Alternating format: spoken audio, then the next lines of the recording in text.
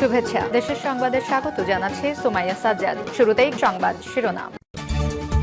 জাকসুতে শীর্ষ ৩ পদেই ছাত্র শিবির সমর্থিত প্যানেলের জয়।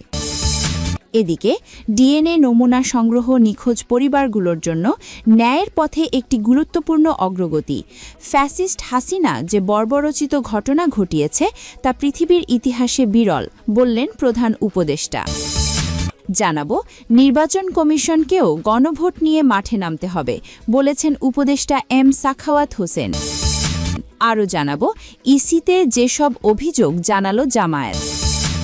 ঋণ খেলাপিদের মনোনয়ন দিয়ে অর্থ আত্মসাতের বন্দোবস্ত করে দেওয়া হচ্ছে। সবশেষ জানাবো, উপদেষ্টার সঙ্গে বৈঠক, ভারতে বিশ্বকাপ না খেলার সিদ্ধান্তে অটল বাংলাদেশ। যকসু নির্বাচনে ভিপিসহ ৩ শীর্ষ পদে শিবিরের জয়। জগন্নাথ বিশ্ববিদ্যালয় কেন্দ্রীয় শিক্ষার্থী সংসদ যকসু নির্বাচনে শিবির সমর্থিত প্যানেলের ভিপি, সাধারণ সম্পাদক জিএস ও সহ সাধারণ সম্পাদক এজিএস প্রার্থী জয়ী হয়েছেন। এর মধ্য দিয়ে শীর্ষ ৩ পদেই ছাত্রদল সমর্থিত প্যানেলের প্রার্থীদের পরাজয় হল। কেন্দ্রীয় সংসদের ৩৮টি কেন্দ্রের ভোট গণনা শেষে বুধবার রাত পৌনে ১২টার দিকে নির্বাচন কমিশন এই ফলাফল ঘোষণা করে। ৩৮ কেন্দ্রের প্রকাশিত ফলাফল অনুযায়ী শিবির সমর্থিত প্রার্থী রিয়াজুল ইসলাম ছাত্রদল সমর্থিত প্যানেলের ভিপি প্রার্থী একেএম রাকিবকে ৮৭৬ ভোটে হারিয়েছেন। ভিপি পদে শিবির সমর্থিত প্রার্থী রিয়াজুল ইসলাম পেয়েছেন মোট ৫৫৬৪ ভোট।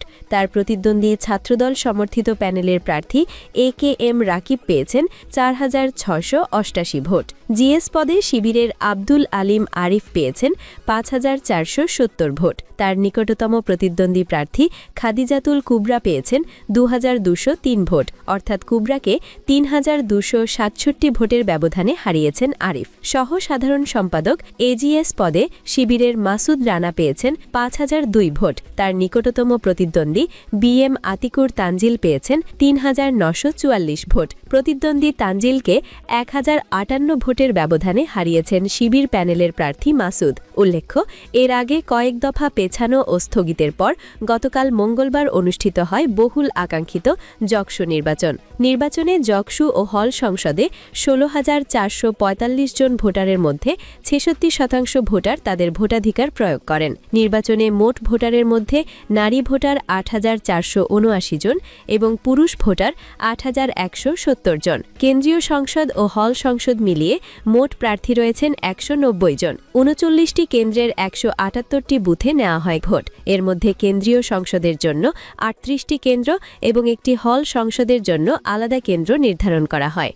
ডিএনএ নমুনা সংগ্রহ, নিখোঁজ পরিবারগুলোর জন্য ন্যায়ের পথে একটি গুরুত্বপূর্ণ অগ্রগতি। ফ্যাসিস্ট হাসিনা যে বর্বরোচিত ঘটনা ঘটিয়েছে তা পৃথিবীর ইতিহাসে বিরল, বললেন প্রধান উপদেষ্টা। প্রধান উপদেষ্টা প্রফেসর ড মোহাম্মদ ইউনুস বলেছেন, সাবেক ফ্যাসিস্ট সরকার যে বর্বরোচিত ঘটনা ঘটিয়েছে তা পৃথিবীর ইতিহাসে বিরল। নিজ দেশের নাগরিকদের হত্যা করে গণকবর দেওয়ার মতো ঘটনা কোনো সভ্য রাষ্ট্রে কল্পনাও করা যায় না। জুলাই গণ অভ্যুত্থানের সময় ঢাকার রায়ের বাজারে বেওয়ারিশ হিসেবে দাফন করা ১১৪ জনের মৃতদেহ থেকে ডিএনএ নমুনা সংগ্রহ করেছে বাংলাদেশ পুলিশের ক্রিমিনাল ইনভেস্টিগেশন বিভাগ সিআইডি। বুধবার ৭ জানুয়ারি রাষ্ট্রীয় অতিথি ভবন যমুনায় এ সংক্রান্ত প্রতিবেদন হস্তান্তর করার সময় প্রধান উপদেষ্টা একথা বলেন। প্রতিবেদন হস্তান্তরের পর প্রধান উপদেষ্টা প্রফেসর মোহাম্মদ ইউনুস এই কার্যক্রমে সংশ্লিষ্ট সকলকে ধন্যবাদ জানান। প্রধান উপদেষ্টা বলেন, ফ্যাসিস্ট হাসিনা সরকার যে বর্বরোচিত ঘটনা ঘটিয়েছে তা পৃথিবীর ইতিহাসে বিরল। নিজ দেশের নাগরিকদের হত্যা করে গণকবর দেওয়ার মতো ঘটনা কোনো সভ্য রাষ্ট্রে কল্পনাও করা যায় না। তিনি বলেন, সত্য উদ্ঘাটন এবং শহীদদের পরিচয় ফিরিয়ে দেওয়ার এই উদ্যোগ নিখোঁজ পরিবারগুলোর জন্য ন্যায়ের পথে একটি গুরুত্বপূর্ণ অগ্রগতি এবং রাষ্ট্রের নৈতিক দায়বদ্ধতার প্রতিফলন। প্রধান উপদেষ্টা বলেন, এই ডিএনএ শনাক্তকরণ কার্যক্রম প্রমাণ করে সত্যকে চিরদিন চাপা দেওয়া যায় না। নিহতদের নাম ও পরিচয় ফিরে আসবে, আর তাদের আত্মত্যাগ জাতির ইতিহাসে চিরদিন লিপিবদ্ধ থাকবে। তিনি বলেন, এই উদ্যোগ কেবল একটি ফরেনসিক কার্যক্রম নয়, এটি নিখোঁজদের পরিবারের চোখের পানি মুছে দেওয়া, রাষ্ট্রের মানবিক মুখ পুনরুদ্ধার করা এবং ন্যায় বিচারের পথে এক সাহসী পদক্ষেপ। যারা এখনও প্রিয়জনের খোঁজে পথ চেয়ে আছেন তাদের জন্য এ কার্যক্রম আশার আলো। একদিন সত্য সামনে আসবেই। নির্বাচন কমিশনকেও গণভোট নিয়ে মাঠে নামতে হবে, উপদেষ্টা এম সাখাওয়াত হোসেন। জুলাই জাতীয় সনদের ওপর গণভোট নিয়ে জনগণকে বোঝানোর কাজটি শুধু অন্তর্বর্তী সরকার করতে গেলে অনেক কথা উঠবে বলে মন্তব্য করেছেন নৌ পরিবহন উপদেষ্টা brigadier general M Sakhawat Hossain. এক্ষেত্রে নির্বাচন কমিশনকেও ভূমিকা রাখার আহ্বান জানিয়ে তিনি বলেছেন, নির্বাচন কমিশনকেও গণভোট নিয়ে মাঠে নামতে হবে, সেক্ষেত্রে যা সহযোগিতা দরকার তা সরকার করবে। বুধবার সকালে রাজধানীর তোপখানা রোডে অবস্থিত সিরডাপের এটিএম শামসুল হক মিলনায়তনে এক গোলটেবিল বৈঠকে এম সাখাওয়াত হোসেন কথা বলেন। সুশাসনের জন্য নাগরিকের সুজনের আয়োজনে গণভোট 2026 কি ও কেন শীর্ষক এই বৈঠকে উপদেষ্টা সাখাওয়াত হোসেন প্রধান অতিথি ছিলেন। বৈঠকে এম সাখাওয়াত হোসেন বলেন, রাজনৈতিক দলগুলো আগের মতোই চলতে চায় নাকি পরিবর্তন হতে চাইছে এটা শোনা যাচ্ছে না। যেসব বড় দল ক্ষমতায় যাবে বলে মনে হচ্ছে তাদের মুখেও সে ধরনের অঙ্গীকার শোনা যাচ্ছে না। বাংলাদেশের একটা বিশাল বিপর্যয় আমরা প্রত্যক্ষ করলাম। একটা প্রতাপশালী সরকার, ক্ষমতাচ্যুত আওয়ামী লীগ সরকার তাসের ঘরের মতো ভেঙে পড়ল। রাষ্ট্রীয় কাঠামো, সমাজ, আইন শৃঙ্খলা রক্ষাকারী বাহিনী সব ভেঙে পড়েছে। সবকিছু একটা ইলিউশনের ওপর দাঁড়িয়েছিল। সে সময় কেউ ব্যতিক্রমধর্মী কোনো কথা বললে গুম, খুন, জেল, না হয় সামাজিক সুবিধা থেকে বঞ্চিত হতে হতো। সাখাওয়াত হোসেন বলেন, এখন আমরা কি চাইছি? সেই অবস্থাতে ফিরতে চাচ্ছি? গণতন্ত্রের কথা বলে আমরা একনায়কতন্ত্রের দিকে যাচ্ছি কিনা? ফ্যাসিবাদ দেখব কিনা? ভোট বাক্স ক্যাপচার হবে কিনা? মন্ত্রণালয়কে পরিকল্পনা ওপর থেকে চাপিয়ে দেওয়া হবে কিনা? আগের মতো অবস্থা না চাইলে ব্যবস্থা বদলাতে হবে বলে মন্তব্য করেন সাখাওয়াত হোসেন। ইসিতে যেসব অভিযোগ জানালান জামায়াত, সারা দেশে মারাত্মকভাবে নির্বাচনের লেভেল প্লেইং ফিল্ড লঙ্ঘিত হচ্ছে বলে নির্বাচন কমিশনে ইসিতে অভিযোগ করেছেন জামায়াতে ইসলামীর নায়েবে আমির ডাক্তার সৈয়দ আবদুল্লাহ মোহাম্মদ তাহের। কাউকে অতিরিক্ত নিরাপত্তা দেওয়া হচ্ছে এবং কাউকে নিরাপত্তা দেওয়া হচ্ছে না বলেও অভিযোগ করেন তিনি। বুধবার 7 জানুয়ারি বিকালে আগারগাঁয়ে প্রধান নির্বাচন কমিশনার এম নাসির উদ্দিনের সঙ্গে বৈঠকে এসব অভিযোগ জানান তিনি। বৈঠকে জামায়াতের 6 সদস্যের প্রতিনিধি দল অংশ নেন। আবদুল্লাহ মোহাম্মদ তাহের বলেন, লেভেল প্লেইং ফিল্ড এখনও তৈরি হয়নি। প্রচারণার ক্ষেত্রে কোনো নেতাকে বেশি প্রোটোকল দেওয়া হচ্ছে, যা জনগণের মাঝে রং মেসেজ দিচ্ছে। প্রোটোকল সবার জন্য সমান হতে হবে। সারা দেশে মারাত্মকভাবে নির্বাচনের লেভেল প্লেইং ফিল্ড লঙ্ঘিত হচ্ছে। কাউকে অতিরিক্ত নিরাপত্তা দেওয়া হচ্ছে, কাউকে দেওয়া হচ্ছে না। অবিলম্বে দলীয় ডিসিদের অপসারণ করতে হবে। তিনি হুঁশিয়ার করে বলেন, একতরফা নির্বাচন হলে দেশের একটি দল চলে গেছে, অন্য দল যারা এমন কাজে জড়িত থাকবে তাদেরও কিন্তু চলে যেতে হবে। এভাবে দেশ রাজনৈতিক দল শূন্য হবে, ক্ষতিগ্রস্ত হবে।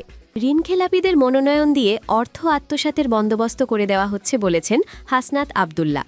জাতীয় নাগরিক পার্টির এনসিপির মুখ্য সংগঠক হাসনাত আবদুল্লাহ বলেছেন, রাজনৈতিক দলগুলোর কাছে অনেক নতুন কিছু প্রত্যাশা করেছিলাম।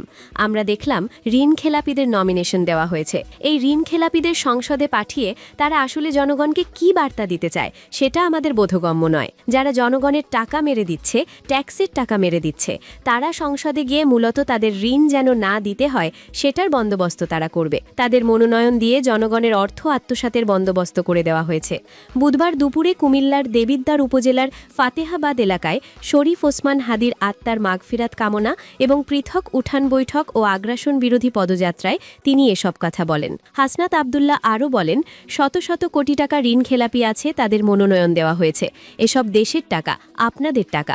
সংসদ সদস্য হয়ে আবার যেন ঋণগুলোকে মেরে দিতে পারে সেই ধরনের আইন ওরা বানাবে। সেই জন্য আপনারা ব্যালটের মধ্য দিয়ে এই ঋণ খেলাপিদের এবার না বলতে হবে। উপদেষ্টার সঙ্গে বৈঠক। ভারতে বিশ্বকাপ না খেলার সিদ্ধান্তে অটল বাংলাদেশ। ভারতে টি-20 বিশ্বকাপ খেলতে না যাওয়ার সিদ্ধান্তে অনল অবস্থানেই আছে বাংলাদেশ। বিসিবির প্রতিনিধি দলের সঙ্গে সাক্ষাতের পর আজ যুব ও ক্রীড়া উপদেষ্টা অধ্যাপক আসিফ নজরুল সাংবাদিকদের একথা জানিয়েছেন। ক্রীড়া উপদেষ্টা বলেন, ভারতে নিরাপদে খেলার মতো পরিস্থিতি নেই। বাংলাদেশের মর্যাদার প্রশ্নে আমরা কোনো আপোষ করব না। আরেক আয়োজক দেশ শ্রীলঙ্কা, সেখানে খেলতে চাই। বাংলাদেশের সম্মান আর বাংলাদেশের মর্যাদার প্রশ্নে আমরা আপোষ করব না। দেশের মর্যাদার বিনিময়ে আমরা বিশ্বকাপ ক্রিকেট খেলতে চাই না।